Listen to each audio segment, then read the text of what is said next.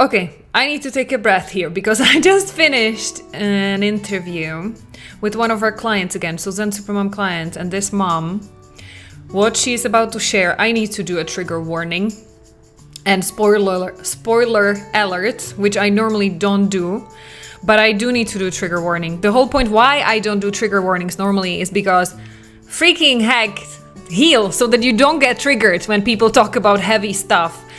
But in this podcast, I am going to have a chat with a mom who met me when she was addicted to alcohol, smoking weed. She was diagnosed with bipolar, split personality disorder. She will tell you exactly what it was. And as we were already working together, her husband passed away under very dramatic circumstances, and she is going to talk about it. But the reason why I want you to know and watch that episode is because as you will see her or hear her talk about her story, notice her energy. She's not crying, she's not breaking down, she's not faking anything, she's being her authentic self. But see how strong she is? I hope I will never be tested in that way to kind of like prove how strong I am. Then life will not put me under so many exams and like just punch me in my face. This is even worse than a punch in the face. What happened to her husband passing. But I want you to see that she asked me to go on the podcast and share her story because she is making it her mission, not just to keep healing for her and now for her daughter, but also to show all the moms who might be struggling with the same addictions, mental health, like diagnosed mental health issues, and then tragic circumstances like this when your loved one passes away and her not being broken by it completely. That's why she wanted to share her story, to show you what's possible once you start doing this work, once you heal the past, one-on-one generational developmental trauma sessions, and once you learn healthy ways of how to do it in the future, how to build up your stress resistance, how to not break down when life throws these awful punches at you. That's the mental fitness piece of it. So this is why we still keep working together, even though it's been more than a year that we started because of this dramatic situation with her husband. She just keeps doing the work and she keeps being addictions free. She's clean and she's doing amazingly well given those circumstances. So that's why I'm very excited to let you watch my interview, my talk with Sarah. Listen in. Hi, Supermom or Superdad. Alena here, your mommy tantrum specialist and the founder of the Zen Supermom system. And me and my team have helped hundreds of moms and dads start setting healthy boundaries with calm. And this is the first parenting podcast that is not about your kids, that shows you why none of the parenting techniques helped you stop yelling at your kids and how to control your emotions from jumping out so that you can be the safe, loving parent you wish you had growing up. This is the Zen Supermom podcast.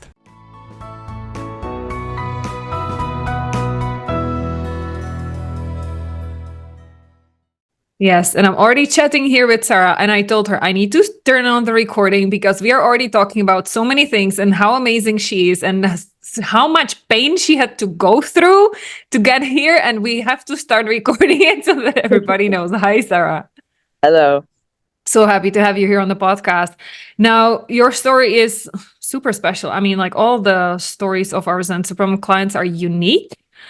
But everything that you went through, I'm bowing to your courage and to your determination and just to your strengths, because what you're about to share is deeply touching for sure. So let me honor you for that, first of all, because I don't take that lightly. I don't take that for granted.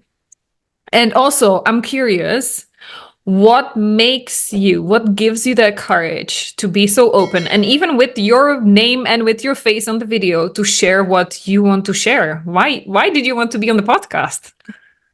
Because I feel like a lot of people are in the same boat. A lot of people are too afraid and too ashamed to have their name and have their face on their story because they don't want their family or their friends to find out. And it's like, I don't even think my family or friends would find the podcast, to be honest. So, and this is to all the other moms that are feeling ashamed and embarrassed to talk about, you know, the real problems that moms go through. Like when you find out you have childhood trauma, even, you know.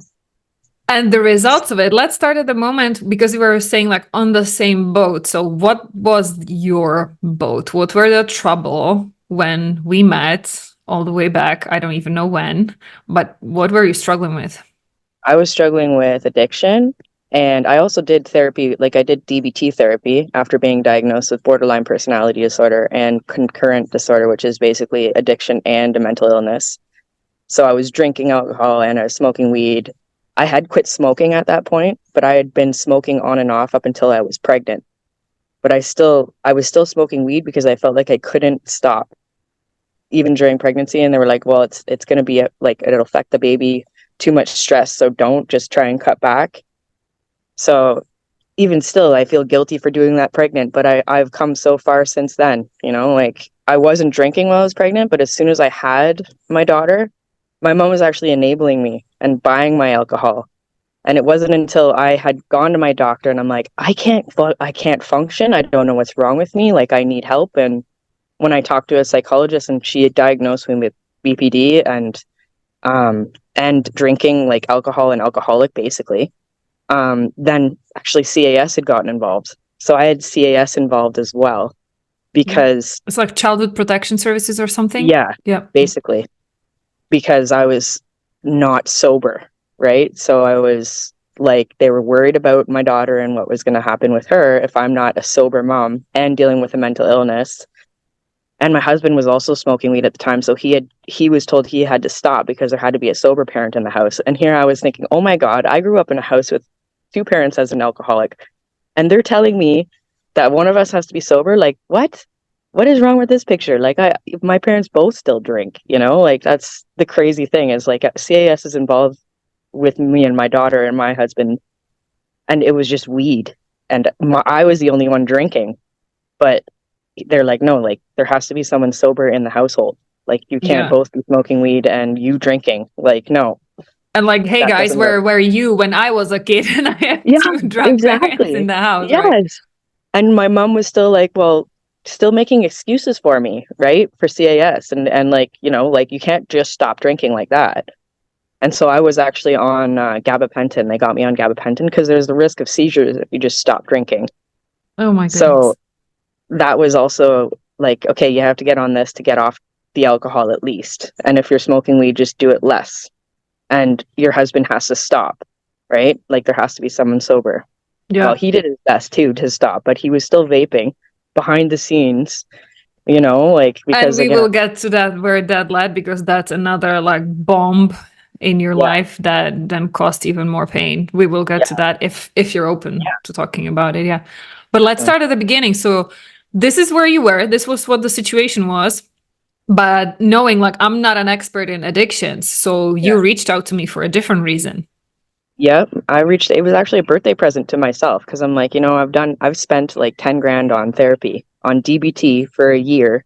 And I wasn't I was better, like I had a better, they teach you interpersonal skills and like mindfulness and they teach you basic things like that. And like there's group calls. And so you hear other people's stories and that sort of thing. But it didn't resolve everything, right? Like there was still a lot. And they even said like, it's not going to cure everything. Like this is a lifelong journey. You've gotten this far.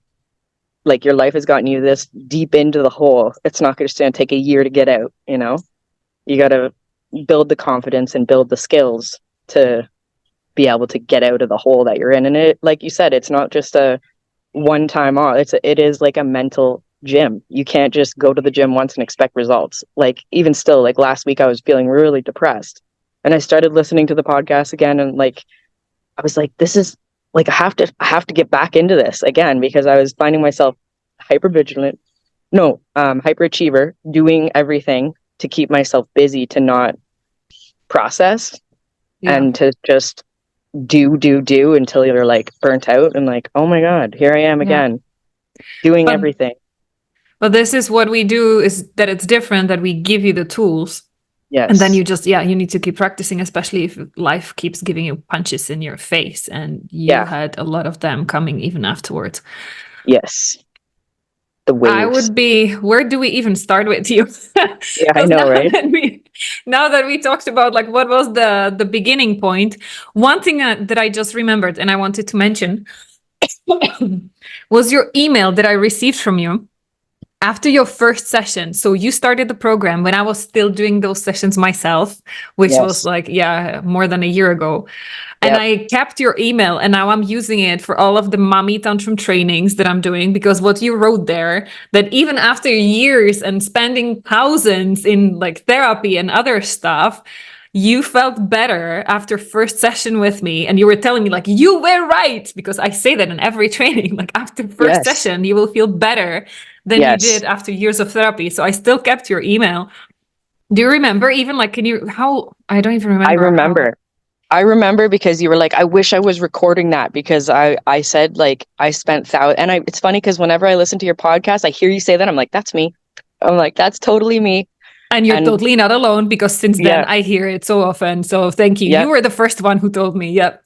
yeah. I'm like, oh, I feel it makes me feel good to hear you say that, because even if I think I'm going down that turning off the side road and I'm going into the ditch, then I come back to like, no, even if you're still having those moments of, you know, turning off in the side road, you have to focus again. Like you're doing too much. You're not focusing on what is the main thing. You still have come so far and are still dealing with waves bouncing in your face constantly. Like, and again, I don't know where I would be today if it weren't for the mental fitness gym, to be able to come back here and see the live calls and hear the other stories, be like, yeah, you're doing good. Like, even though you think you're not, that's your judge again telling you you're not, but you are. You're Yeah, amazing. Still doing good. you Yeah. are. And just for anybody who doesn't know, and like for hearing the mental fitness gym for the first time, this is the one of the key pillars of the Zen Supermom program. Because yes, we do one-on-one trauma sessions to heal your childhood, where it's all back coming back to your parents and what they did and what you thought was normal, and it turns out not so normal, not so healthy. And we do mental fitness practice, which is about learning those healthy ways going forward. And what you're saying here, Sarah, is that this is what has been keeping you up above the water and not drowning back into these addictions and all the mental health issues. Because if you're open to talk about it, you Yeah. had like a extremely shocking, dramatic situation happen, and that would knock just everybody down. So Well, yeah. And you help me every day through that. So my husband had a heart attack on the 18th of September. And that was really quite the blow, because, again, I was dealing with my daughter who was up coughing. We were 10 days out from moving. It was the week that we were supposed to put his dog down. And we were just talking about, how much stress we were dealing with just in that 10 days before moving, and having to put Aries down, like days away from putting his dog down, because my daughter couldn't be in the same room. He was a Rottie lab mix. And there was an incident in the first week when we brought her home from the hospital. We had a roommate living in the basement. And this is my PTSD, and also a whole nother issue. I don't even know if I brought this up with you, but the roommate in the basement had a little dog. And I had just brought JJ home from the hospital, and she was just coming around the fence with her little dog. And Aries, we had just introduced Aries to her. And so he was out in the yard, and she comes around the corner with her little dog. Oh, you're back with the baby. And literally, Aries starts pouncing towards her, and she threw her little dog to Aries, and Aries grabbed the little dog and shook it. And I was holding JJ in my arms, but I was like, no, like screaming, no, no, no, no. Anyways, that dog ended up dying. They had to put that dog down because he had caused, like, he basically killed it. It was bleeding internally. I mean, it didn't die in that second, but when she brought it to the vet, they put him down because he was bleeding. But we had always internally bleeding. We had always said we didn't want another little dog in the house. Even she wasn't supposed to be there. She was technically the girlfriend of the person that was living there, and she ended up basically living there anyways with her little dog. So it was not an ideal situation from the get-go. Like, we didn't say it was okay, but it was like, how could we say no? This is his girlfriend, right? Yeah. And we didn't really like the situation. We didn't like that she was letting the dog out in the yard because Aries was getting a smell for it. We knew Aries wasn't good with little dogs, and we didn't want another dog. We already had 3 dogs. Technically, you're only allowed 3 dogs in a household. So it was already against the rules. We knew that, but we were like, what are we supposed to do? We can't just say his girlfriend can't stay here because of the little dog. We were allowing it to happen anyways. And then that ended up happening. And so that's explaining how difficult it was to put the dog down because it was your husband's dog and you had to do it so that you could move to your new home. But then he had a heart attack 10 days out. I was also dealing with my daughter coughing. So she was awake during this whole thing. I'll never forget, like, I still have flashbacks of that whole night because I heard him. I had lullaby music playing in the bathroom and I heard him coughing, and he was actually saying he was not feeling well that night. He was like, I don't feel well. I don't know what's wrong. Like, I'm looking to throw up. He did throw up. But then, like, he wasn't feeling well, and he was feeling off. And I was like, oh, that's weird. I don't know why a chocolate bar would make you feel sick. Like, what did you have? Oh yeah, you had macaroni and cheese frozen dinner because it was actually my nephew's birthday, and we had gone out for the evening and just gotten back at 8:00, and I was all flustered and like, I just need 5 minutes. And so he had actually read her stories that night to give me a break before trying to get her to bed. That's a whole other pre-story because he actually read her stories the night he died. Yeah. Like, that was good for him because he got that chance, and he gave me a break. He's like, just go outside, smoke a joint, you're fine. I'll watch her for a minute. Even though he wasn't feeling well, and again, she was coughing that night too. She wasn't well. That's why she was awake. And then when he had gone into his room, I know I'm kind of going all over the place. I heard him coughing in his room, and then I'm like, it's weird. I turned the volume up on the Google for lullaby music, and I'm like, that's really weird. That's not like him. Is he throwing up in there? And then I'm like, that he would not be throwing up in his room.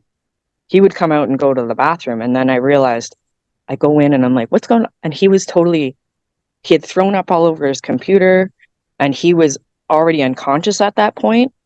And I was like, no, this is not happening. Like, this is not happening right now.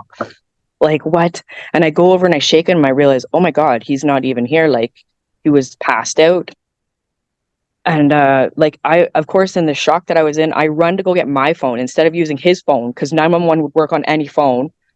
Go and grab my phone, and they're like, is he still breathing? And I'm like, I think he just stopped, because I thought he was still breathing, and then he stopped breathing, and I was like, oh my God, he stopped breathing. Oh, they're like, you got to get him out of his chair and on the floor. And so it was like, he was against his desk, so I had to move his chair away from his desk, drag him out of his wheelchair onto the floor, and Aries was watching me the whole time. I'm like waiting for Aries to pounce on me too, because I'm like, he may think I'm hurting him, right? And try to protect his dad, but he just sat there and was like watching me the whole time, and they were talking me through. Yeah, he knew. And again, when I think back to that moment, I'm like, he was already gone. Like, he was already gone when I was doing the CPR. Like, I literally was like, and I think to how he looked in that moment, and like, I'm like, his eyes were already rolled back in his head. Like, I was like totally like doing CPR on him, and he was watching me from above. And I had I don't want to like re-traumatize you by letting you retell like all the details of the story. But just like skipping forward, so then he spent the next couple of weeks in the hospital, and then the 10 days. Finished. So it was 10 days in the hospital. And you talked me through. Thank God I had you every day around 3 p.m. We talked, and it was like, what's going on? What's happening? And it was like the decision of not knowing what was really happening, because they kept trying to take him off the propofol to see if he would wake up, because they wanted to see if there was brain damage, but any lack of oxygen to the brain, they said the chances of him waking up and being the way he was before are very slim, because like I was saying in the call this week, like 1 minute of no oxygen to the brain and you're brain damaged, there's brain damage there. So it was a matter of finding out what kind of brain damage and what he was going to be like when he did wake up. And his mom, being a pediatric nurse, knew that he was dead in the bed basically from the beginning, because like he was on full life support, and he was on propofol, which is basically keeping him in a coma, but he's still breathing. You know, like he looks like he's breathing, but it's a machine that's keeping him alive. Yeah. And so, yeah, it was like she knew. I was in the denial and not wanting to believe, and wanting to believe that there was a chance that he might be there, knowing that that chance was really low. And even the nurses said, you did everything you could, but you don't know how long he was out before you even came into that room, because he may have been already, the vomiting could have been afterwards, after his heart had stopped. So you don't know how long he was actually without oxygen. Yeah. So yeah, that was the like, oh shit, you're right. Like, I have no idea. And then it's like, that could have happened at any time. Like, I wasn't there until 8 o'clock that evening. And that could have happened at any point that evening, but it happened when I was there, when JJ was there. And so, like, they say your soul knows, and I feel like your soul does know, because we even talked about death with Aries dying. Yeah. Or we haven't to put Aries down. We talked about death and like how weird it would be when he died, even, because like, what was he going to look like on the other side? Would he be in a wheelchair? Would he be walking? And like, how would I know? And it was just like, we knew that we would know each other when we met on the other side. So I was like, he knew, his soul knew, like, in that we talked about it, and he knows that I'm a pretty spiritual person, and like, I do believe in the soul and all that. And I believe that the soul knew, even if he didn't, the subconscious knew that was coming, and he was preparing me for it. And that was the crazy realization of like, wow, he knew. And how does that happen, right? Like, how do you even have that conversation weeks before he actually died, just because we were putting the dog down to be like, I know I'm going to find you in the afterlife. Like, I will come and find you. I will be there. And I don't know if I'm going to be in a wheelchair, if I'm going to be standing. But now that I have dreams, like I've had dreams about him, and my daughter talks about having dreams about him almost every night, about seeing my dad or her dad in Aries. And he was walking. Like, he was walking, and he's a tall, handsome guy. And I didn't even recognize him in my dream at first. I was like, who is that? Oh my God. I was like, that's him. Holy crap. You're handsome. Like, you know, like, you weren't handsome already, but like, I didn't even recognize him at first. So even my daughter, she's like, yeah, he looks different. It's like, yeah, it's pretty cool, eh? Like, Amazing.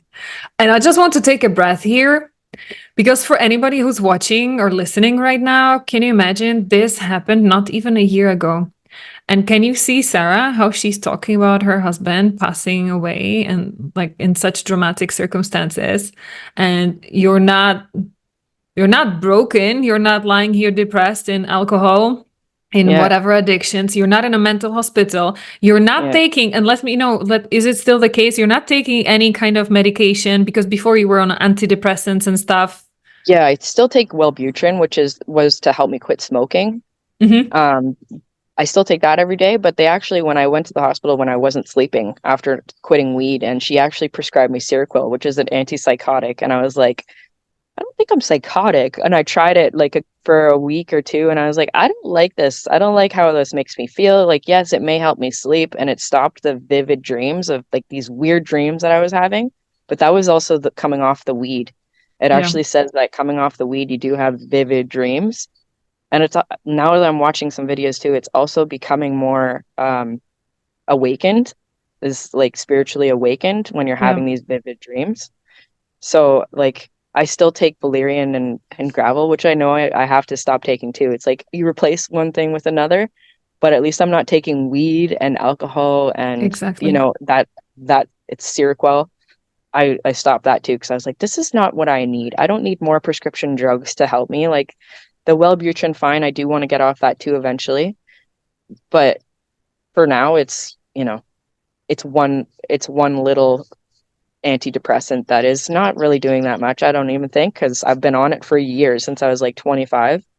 but it's not something my doctor would be like, stop taking right now. But because of I think it's everything just an that I'm dealing emotional with. crutch. And I'm here, and just Yeah. for everybody to know, I'm not a medical doctor. I will never make any recommendations in terms of your medication or stuff. But what I see happening for all moms across the board, and even for Sarah under these dramatic life circumstances, like you, after you knew how the healed, strong, mentally strong self feels, you yourself, you knew when you started taking some new drugs on doctor's recommendations, you were like, no, no, no. After 1 week, like, no, thank you. Yeah, Yeah. It was like, this is this what's isn't possible. And this is what's so amazing about you. And it shows your strength and the power of your healing. Because even given all of this drama and this sadness and the grief and the load on you, because after yeah. your husband passed, so you became basically a single mom, you were moving into a home with now one salary, all of his finances and everything, and it was blocked. And there were even issues around that because people were like taking the money that Oh, people contributed to you. Like there was yeah. so much Yeah. drama. Oh, You were yeah. not even Still is. allowed to grieve and process because you were Yeah. so busy handling all of that around and just trying to survive the day to day. So I'm Yeah. really like, this is why I was starting this podcast episode, Yeah. just with giving you the respect and honor you, because this shows how much you have already healed, how much work you've done. And it's Yeah. amazing. That just reminded me of the GoFundMe. I'm still dealing with the GoFundMe. Like that, because they wanted a police report. Um, they wanted me to get the police report from the police station, and so I emailed the police to get the police, but it's a personal document. They won't necessarily send it to me. Either And way, I did contact the police, and they were like, yeah, no, we've opened an investigation, because she wasn't just stealing from me. She had stolen from from all her those own people. family. Let's just share the story a little bit, because after already when your husband was in the hospital in coma, a lot of the friends and family, like one of the ladies, one of the friends, she set it up, this Yeah. GoFundMe, to give Yeah. you the money for all the bills and for the move, because you were moving, you were about to move houses, and Yeah. then she just ran away with the money. So it's still Yeah. dragging until now with police It's trying to still, get the money back. So yeah, I'm wow. still dealing with that. Like, because it's so 2 days after we moved, 2 days after he passed, and I had to put Aries down 3 days before he passed. So it was like there was a lot of grief in that 5 days of before moving. It was like, I can't believe I'm moving, and I can't even process this. Like, huh? And into a bigger house with more rent too. So the cost of moving was a lot just in itself. And then to have her turn, like, she was playing, like, pulling my leg, because I was talking to her on Facebook, and I kind of figured out that she was pulling my leg, and everybody else was like, this is wrong, like, so wrong. Like, she was making up stories, and like, and basically saying that, if you continue to do this, I'm going to put it in a trust for JJ. And it was like, you've already spent the money, haven't you? Like, that, just everything she was saying just didn't make sense. It didn't add up. So it was like, she's definitely spent the money, and she's just trying to find excuses as to what she's going to do with it, Yeah. to find a way to pay it back and put it into an account for JJ. Yeah, right. Yeah, right. Yeah. As if But that's what's going to happen. Yeah. exactly. When we finally figured that out, and I did go to the police and filed the police report, and they're like, "Oh, well, GoFundMe said there's an insurance on the money, but they needed the police report." And I'm like, "This is crazy! Wow, you need a Yeah. police report? Like, you know that she's taken the money. You see you're the one that told me you're investigating.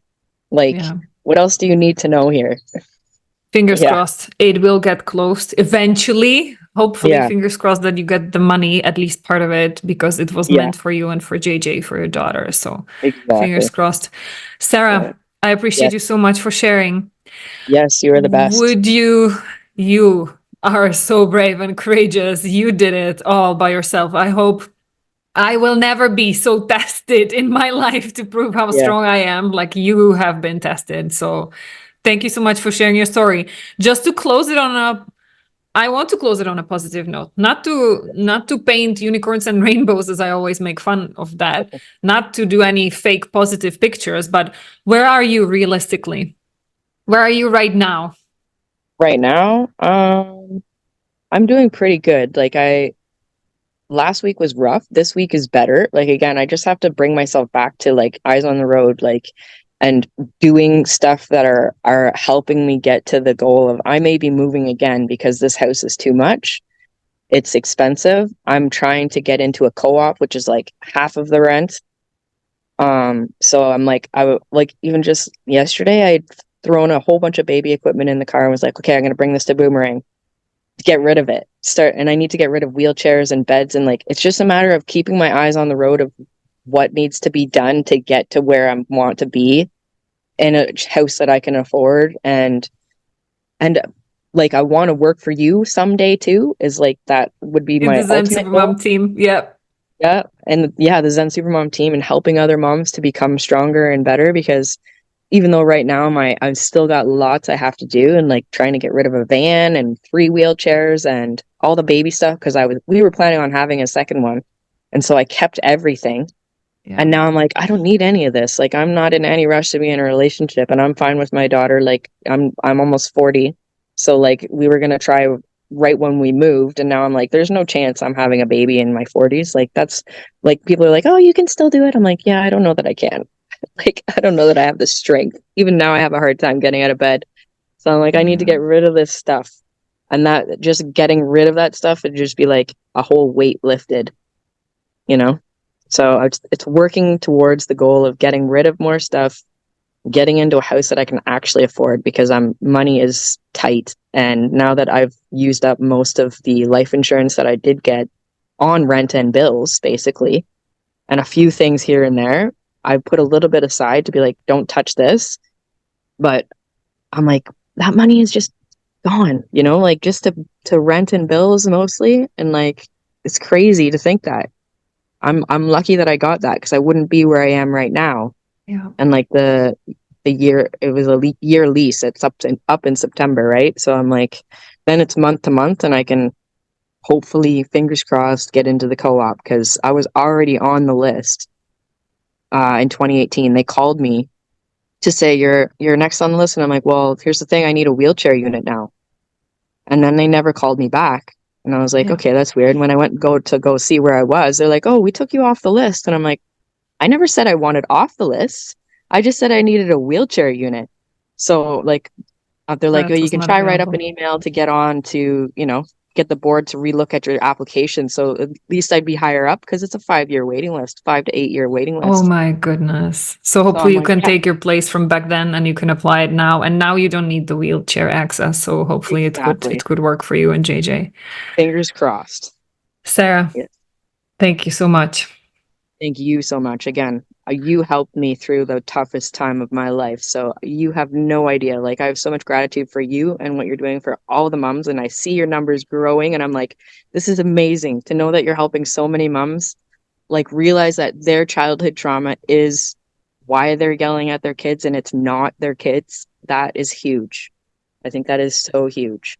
So thank you for help now, because this chat, this conversation, you sharing your story, I bet it's going to help so many other moms who are feeling so lost and in so much pain and trying so many things just like you did before we met. Yeah. Thank you for showing them that it is possible, because they need to hear from someone like you and seeing your example. Bumping into you again, there was a reason that they found you. Like, again, algorithms are a real thing. And like, I feel like I found you because it was what I was looking for. Like, subconsciously, it's what I needed to get into to heal myself, to be a better person, because I'm aware of what is wrong. And once you're aware of what's wrong, you can change it. It's about, first you have to be aware of it. Then that's the first step to being able to change it. Yeah. So yeah. And you did it courageously, no holding back, no matter what, no excuse. So yes, keep walking on your path. We are happy to have you still in the program. We will keep working together. And yeah, who knows? Maybe one day you will get trained as the trauma coach yourself and you will join our team. That would be amazing. Amazing. That would be my ultimate goal. Definitely. One day I would love to help other moms in the same boat. For sure. And then we do another podcast episode looking back and continuing your story. That's going to be perfect. Amazing. Amazing. Excellent. Thank you so much for everything you do for all of us moms, because you are amazing. Like, there's no one like you to be able to make people realize that, you know what? This is not your kids. Like once you realize that it's not your kids that is making you do this, it's the first step to getting on the right path. Yeah. Yeah. Thank you so much, Sarah. Thank you for Thank sharing you. your story, and thank you for your encouragement and inspiration for other moms. We will Yeah, stay in no touch. I will problem. see you soon. Okay, sounds good. Take care. Bye. Bye, Take care. super moms.